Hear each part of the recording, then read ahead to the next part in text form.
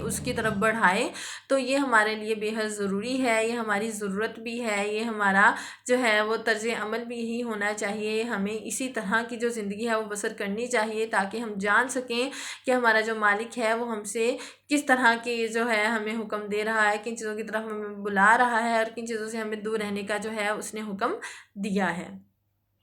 بہت سے واقعات ہیں جو ہم سنتے رہتے ہیں، حضرت کلیم اللہ حضرت موسیٰ علیہ السلام کے واقعات ہم سنتے رہتے ہیں، حضرت عیسیٰ علیہ السلام کے واقعات جو ہیں ہم سنتے رہتے ہیں، حضرت ابراہیم علیہ السلام کے واقعات ہم سنتے رہتے ہیں،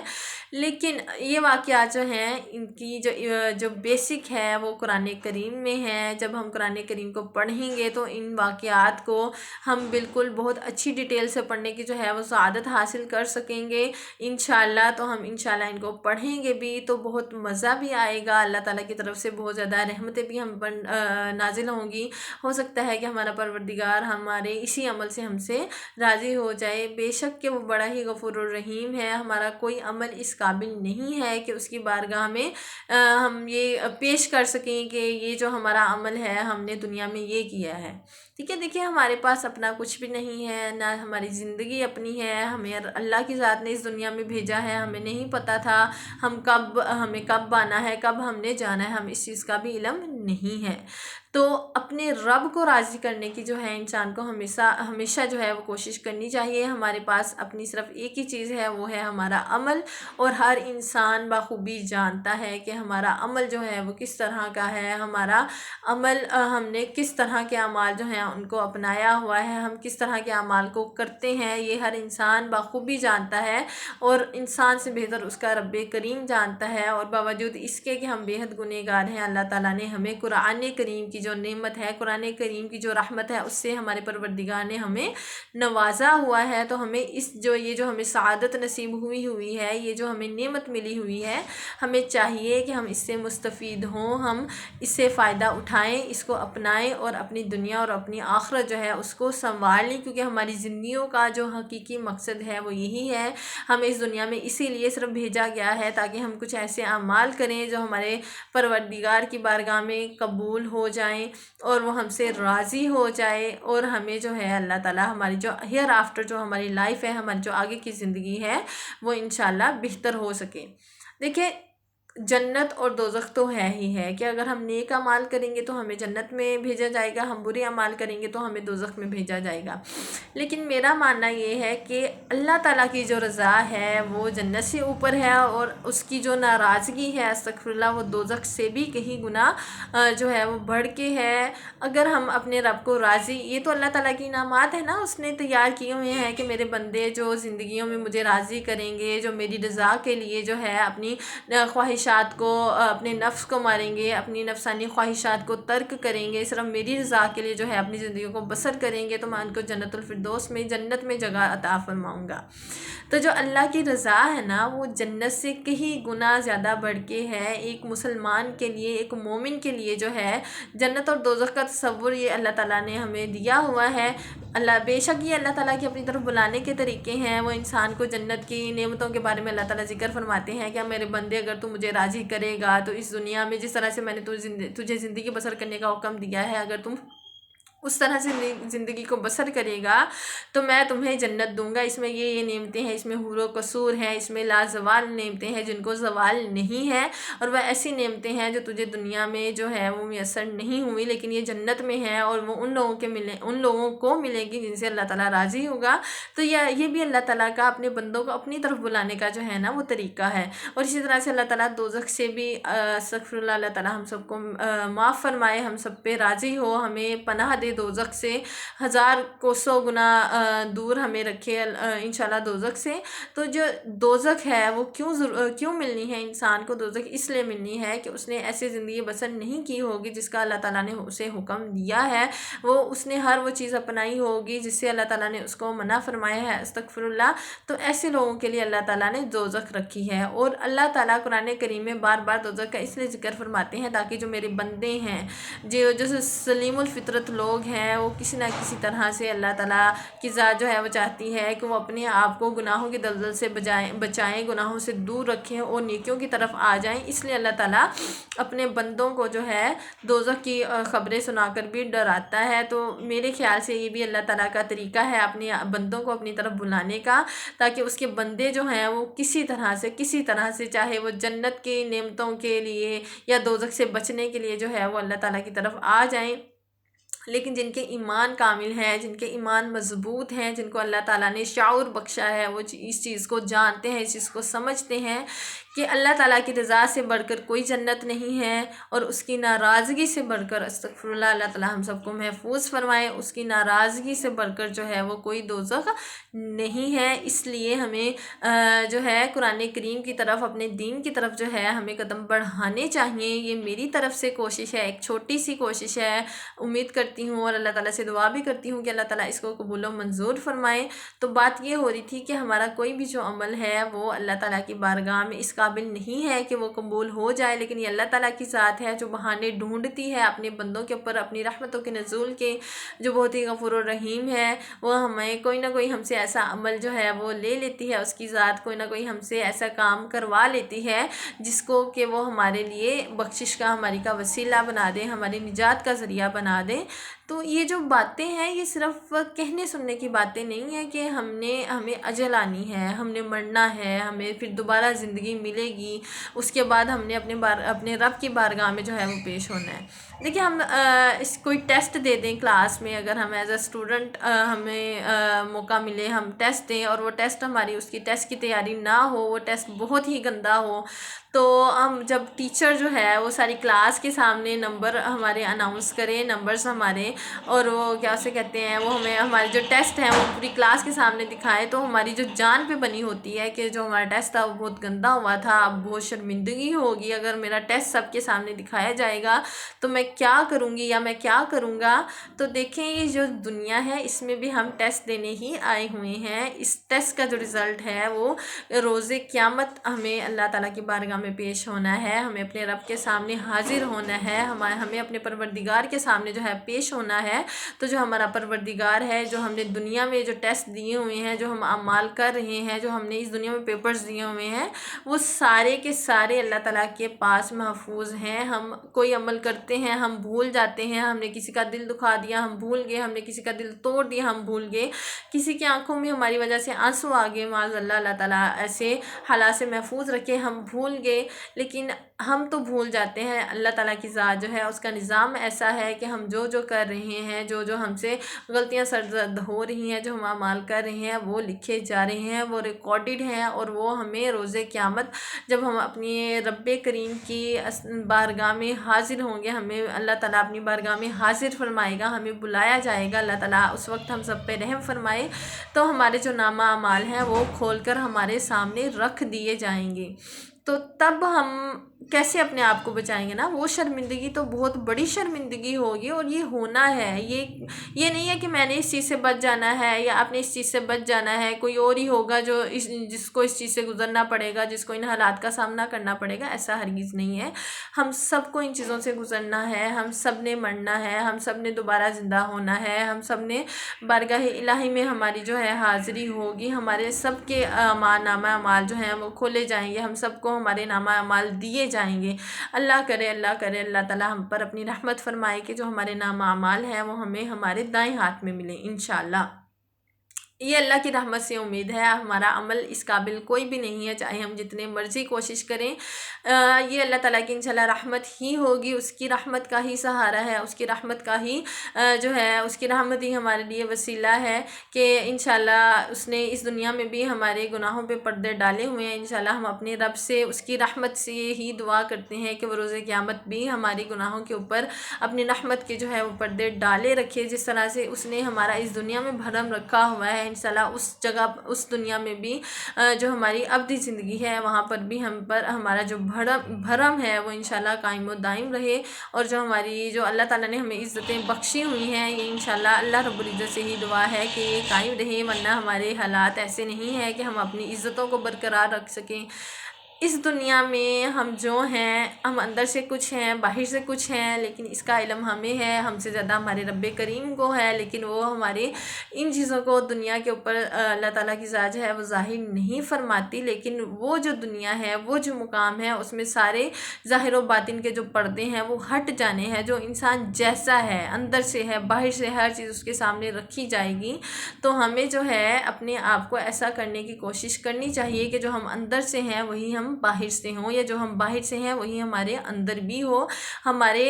قول و فعل میں، ہمارے ظاہر و باطن میں جو ہے وہ تضاد نہ پایا جائے۔ تو اسی وجہ سے انسان کو چاہیے کہ وہ اس چیز کی طرف آئے جس چیز کا اللہ تعالیٰ نے اس کو حکم دیا ہے۔ تو انشاءاللہ جب ہم ترجمہ تفسیر پڑھیں گے تو انشاءاللہ ہم یہ جانیں گے کہ ہمارا رب کریم ہم سے کیا فرما رہا ہے۔ اور یہ صرف میری نہیں ہے، ہر انسان جس کو اللہ تعالیٰ نے علم دیا ہے، قرآن کریم کا جتنا علم دیا ہے، جتنی بھی اللہ تعالیٰ نے اس کو یہ سعادت نصیب کی ہے، اس کو چاہیے کہ وہ اس چیز کو آگے لوگوں تک پہنچانے کی جو ہے وہ کوشش کرے، کیونکہ یہ بھی اللہ تعالیٰ کے رزق میں سے ایک رزق ہے۔ ٹھیک ہے، رزق کا مطلب صرف یہ نہیں ہے کہ مال ہے، کھانے پینے کی چیزیں ہیں، رزق صرف یہی نہیں ہے، علم بھی رزق میں آتا ہے، اولاد بھی رزق میں آتی ہے۔ تو یہ جو ہمیں اللہ تعالیٰ نے اپنا رزق دیا ہوا ہے، اللہ تعالیٰ نے فرمایا ہے جو اللہ تعالیٰ کے متقی اور پرہیزگار بندے جو ہیں وہ اللہ کے دیے ہوئے رزق میں سے اس کی راہ میں خرچ کرتے ہیں۔ تو یہ جو علم ہے یہ ہمیں اللہ کی طرف سے عطا ہوا ہے، تو ہمیں چاہیے کہ ہم اس کو اللہ تعالیٰ کی راہ میں خرچ کریں۔ تو جس کو اللہ تعالیٰ نے قرآن کریم کا جو علم دیا ہوا ہے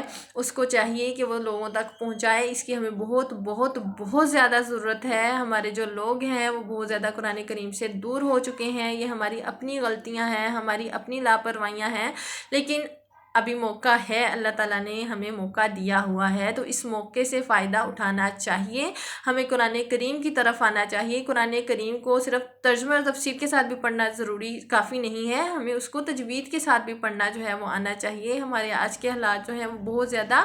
خراب چل رہے ہیں، ہمیں قرآن کریم کو ناظرہ کے ساتھ پڑھنا نہیں آتا، تلفظ کے ساتھ صحیح طرح سے پڑھنا نہیں آتا، ہم بہت زیادہ جو ہے وہ غلطیاں کر دیتے ہیں۔ استغفراللہ، اللہ تعالیٰ ہمیں محفوظ رکھے، لیکن اللہ تعالیٰ کی ذات کتنی کریم ہے کہ وہ ہمیں پڑھنے سے نہیں روکتا۔ دیکھیں نا، ہم اگر کسی ٹیچر کے پاس پڑھ رہے ہوں تو قرآن کریم کو تجوید کے ساتھ پڑھ رہے ہوں، یا تلفظ کے ساتھ کسی ٹیچر کے ساتھ کسی ٹیچر کے سامنے پڑھ رہے ہوں، تو جدھر ہماری غلطی ہوگی وہ فوراً ہمیں ٹوک دے گا، نہیں آپ یہ غلط کر رہے ہو، جب تک آپ اپنی یہ غلطی ٹھیک نہیں کرو گے آپ آگے نہیں جاؤ گے۔ لیکن یہ اللہ کی ذات ہے، ہم پتہ نہیں کتنا پڑھا ہوا ہے ہم نے قرآن کریم، ہم پڑھتے ہیں، سال بھی کرتے ہیں، اور ہم بڑے فخر سے بتاتے بھی ہیں جی رمضان شریف ماشاءاللہ جیسے آنے والا ہے، ہم نے بڑا کہنا کہ بھئی ہم نے رمضان کریم میں اتنے قرآن کریم پڑھ لیے ہیں، لیکن ہم یہ نہیں جانتے کہ جو ہم نے پڑھے ہیں وہ آیا کہ ہم نے ان کو درست تلفظ کے ساتھ پڑھا ہے، اگر ہماری کہیں پہ کوئی غلطی تو نہیں ہوگی، ہم سے کوئی کوتاہی تو نہیں ہوگی۔ ان چیزوں کا پتہ جو ہے وہ ہمیں ہونا چاہیے، ان چیزوں کی معلومات جو ہے وہ ہمیں ہونی چاہیے، اور یہ ہر انسان کو کوشش کرنی چاہیے کہ وہ قرآن کریم کو اس کے صحیح تلفظ کے ساتھ بھی پڑھے۔ ٹھیک ہے، صرف بے شک ہمارا جو ٹاپک ہے ہمارا ترجمہ اور تفسیر ہی ہے، لیکن اس کا مطلب ہرگز نہیں ہے کہ ہم تجوید کو استغفراللہ چھوڑ دیں، ہم اس کے تلفظ کی طرف دھیان نہ دیں، اور ہم اس قرآن کریم کو ترجمہ اور تفسیر کے ساتھ جو ہے وہ پڑھ لیں، ایسا بھی ہرگز نہیں ہے۔ ہمیں قرآن کریم کو اس کے صحیح تلفظ کے ساتھ، تجوید کے ساتھ جو ہے اس کو بھی پڑھنے کی کوشش کرنی چاہیے۔ ہم بہت پڑھتے ہیں، بہت زیادہ پڑھتے ہیں، لیکن ہم قرآن کریم کو استغفراللہ نہیں پڑھتے۔ ہمیں قرآن کریم کو بھی پڑھنا ہے، اور انشاءاللہ اچھے طریقے سے پڑھنا ہے۔ آپ لوگ بھی انشاءاللہ نیت کریں، جب ہم نیت کریں گے تو اللہ تعالیٰ کی ذات جو ہے ہمارے لیے راستے وسیع انشاءاللہ فرمائے گی، تو ہمارے لیے جو ہے وہ راستے کھلیں گے، اور ہم اپنی انشاءاللہ منزل مقصود کو پا لیں گے۔ کوئی وقت مقرر نہیں ہے، کوئی کسی قسم کی کوئی روک ٹوک نہیں ہے، کوئی بندش نہیں ہے، جب اللہ تعالیٰ کی ذات کی توفیق حاصل ہو انسان اسی وقت جو ہے اپنے آپ کو پیش کر دے۔ جیسے میں اگر اپنی بات کروں تو الحمدللہ میں نے B S honours English literature کیا ہوا ہے، اور اس کو کرنے کے بعد اللہ تعالیٰ کی توفیق سے میں نے ترجمہ تفسیر پڑھا ہے، اور اس کو پڑھنے کے بعد الحمدللہ میں نے قرآن کریم کو تجوید کے ساتھ پڑھنے کی بھی سعادت جو ہے وہ حاصل کی ہے۔ ہاں ابھی غلطیاں ہیں، شروع سے ہم قرآن کریم کو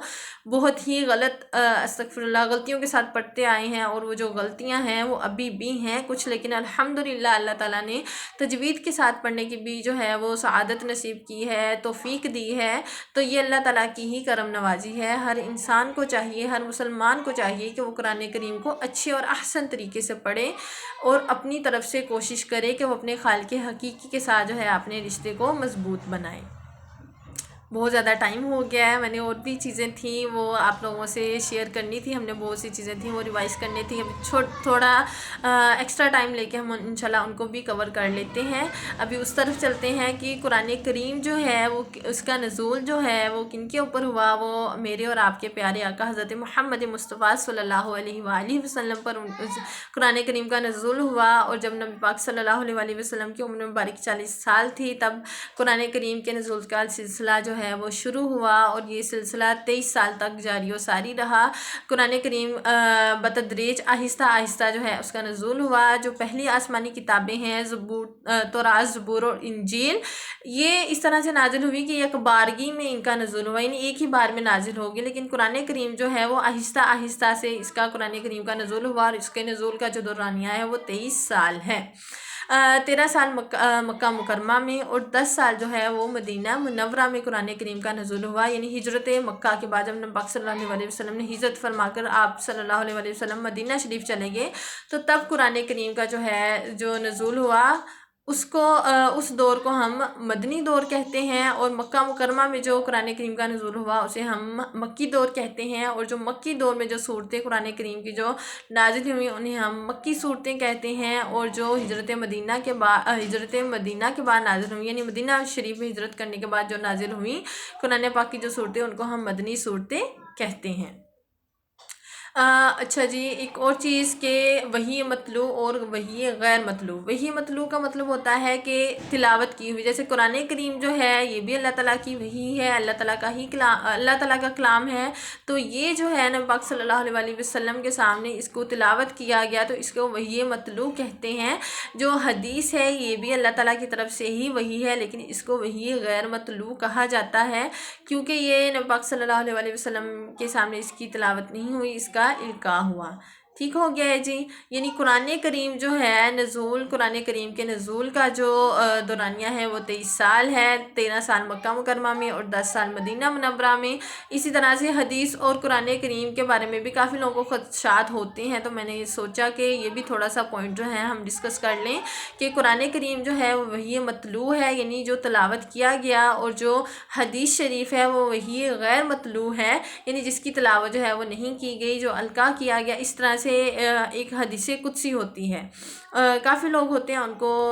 جو ہے اس کا ہمیں علم نہیں ہوتا، مجھے بھی بہت دیر بعد پتہ چلا تھا، شروع سے مجھے بھی علم نہیں تھا، لیکن الحمدللہ اللہ تعالیٰ نے یہ توفیق بخشی ہے۔ تو جو حدیث قدسی ہوتی ہے اس کا مطلب یہ ہوتا ہے کہ اس میں الفاظ جو ہیں وہ نبی پاک صلی اللہ علیہ وسلم کے ہوتے ہیں، اور جو حکم ہوتا ہے وہ اللہ تعالیٰ کا ہوتا ہے۔ جیسے ایک بہت ہی خوبصورت جو ہے نا حدیث قدسی ہے، اس کا مفہوم یہ ہے کہ اے میرے بندے، ایک تیری چاہت ہے ایک میری چاہت ہے، ہوگا وہی جو میری چاہت ہے، تو اس پہ راضی ہو، جو میری چاہت ہے تو وہ بھی ہوگا جو تیری چاہت ہے۔ ٹھیک ہے، یہ جو کون فرما رہا ہے، یہ نبی پاک صلی اللہ علیہ وآلہ وسلم نبی پاک صلی اللہ علیہ وآلہ وسلم رہے ہیں کہ اے میرے بندے، ہم اللہ کے بندے ہیں، فرما تو نبی پاک صلی اللہ علیہ وآلہ وسلم رہے ہیں، لیکن یہ حکم کن کا ہے؟ یہ حکم ہمارے پروردگار کا ہے۔ تو اس طرح کی جو احادیث ہوتی ہیں انہیں احادیث قدسی کہا جاتا ہے، یعنی الفاظ نبی پاک صلی اللہ علیہ وآلہ وسلم کے ہوتے ہیں، اور اس میں حکم جو ہوتا ہے وہ اللہ تعالیٰ کا ہوتا ہے۔ اچھا، اور ایک اور چیز کہ قرآن کریم جو تھا نبی پاک صلی اللہ علیہ وسلم کے ظاہری دور حیات میں کتابی شکل میں نہیں تھا۔ پہلے جب مسیلمہ کذاب جس نے جھوٹی نبوت کا دعویٰ کیا نبی پاک صلی اللہ علیہ وسلم کے ظاہری وصال کے بعد، حضرت ابوبکر صدیق رضی اللہ تعالیٰ عنہ جو مومنین کے پہلے خلیفہ ہیں، ان کے دور خلافت میں جو مسیلمہ کذاب تھا اس نے اپنی جھوٹی نبوت کا دعویٰ کیا تھا، اور اس کے ساتھ جو جنگ ہوئی تھی، جنگ یمامہ، اس میں بہت سے جو حفاظ تھے وہ شہید ہو گئے تھے۔ اس وجہ سے مسلمانوں کو یہ خدشہ لاحق ہوا کہ کہیں قرآن کریم کا کوئی حصہ جو ہے وہ رہ نہ جائے، تو حضرت عمر فاروق رضی اللہ تعالیٰ عنہ نے حضرت ابوبکر صدیق رضی اللہ تعالیٰ عنہ کو مشورہ دیا کہ ہمیں جو قرآن کریم کے نسخے ہیں ان کو ایک جگہ پر جمع کر لینا چاہیے۔ تو یہ سب ایک جگہ پر جمع ہوئے۔ اس کے بعد جب حضرت عثمان غنی رضی اللہ تعالیٰ عنہ کا دور خلافت جو ہے وہ شروع ہوا، تب قرآن کریم کتابی شکل میں جو ہے، تب قرآن کریم کو کتابی شکل جو ہے وہ تب ملی۔ پہلے اس کے نسخے ایک جگہ پر جمع تھے، حضرت ابوبکر صدیق رضی اللہ تعالیٰ عنہ کے دور خلافت میں ہوئے، اور اس کی جو کتابی شکل ہے وہ حضرت عثمان غنی رضی اللہ تعالیٰ عنہ کے دور میں ہوئی۔ اس لیے حضرت عثمان غنی رضی اللہ تعالیٰ عنہ کو جامع القرآن یعنی قرآن کو جمع کرنے والا بھی کہا جاتا ہے۔ اور اس کے اوپر جو اعراب ہیں زیادہ قرآن کریم کے اندر جو اعراب کا جو سلسلہ ہے، یہ اعراب کنہوں نے لگائی ہیں؟ یہ اعراب لگائی ہیں حجاج بن یوسف نے، ٹھیک ہے۔ یہ الحمدللہ یہ کچھ بیسک سی چیزیں تھیں جو میں چاہ رہی تھی کہ تھوڑا سا بتا دیں، ہم ریوائز کر لیں، تاکہ جو لوگ جو جانتے ہیں ان کی بھی ریوائز ہو جائے، جو نہیں جانتے وہ بھی اس چیز کو جان لیں۔ تو الحمدللہ ثم الحمدللہ آج کی ہماری جو کلاس ہے وہ الحمدللہ اللہ تعالیٰ کی کرم نوازی سے اپنے پایہ تکمیل کو پہنچی۔ انشاءاللہ ہم اگلی کلاس میں ضرور ملیں گے پھر، اور ہم انشاءاللہ وہاں پہ ہم پڑھیں گے قرآن کریم کو اس کے ترجمے اور تفسیر کے ساتھ۔ اور ایک بہت اہم بات کہ ہم نے تفسیر جو ہے وہ کن کی پڑھنی ہے، ہم نے تفسیر پڑھنی ہے، ہم نے ضیاء القرآن تفسیر پڑھنی ہے جو کہ جسٹس پیر محمد کرم شاہ ازہری جو ہیں ان کی لکھی ہوئی ہے۔ اس کی 5 جلدیں ہیں، تو ہم اس کو شروع کریں گے اس کی پہلی جلد سے، اور ہم اس کا سٹارٹ جو ہے انشاءاللہ کل سے کریں گے۔ آج ہماری یہ انٹروڈکشن کی کلاس تھی، ہم نے کچھ بیسک سی جو چیزیں ہیں ان کو ہم نے پڑھا۔ انشاءاللہ ہم اپنی کل کی کلاس میں ملتے ہیں، تب تک کے لیے فی امان اللہ، السلام علیکم ورحمۃ اللہ وبرکاتہ۔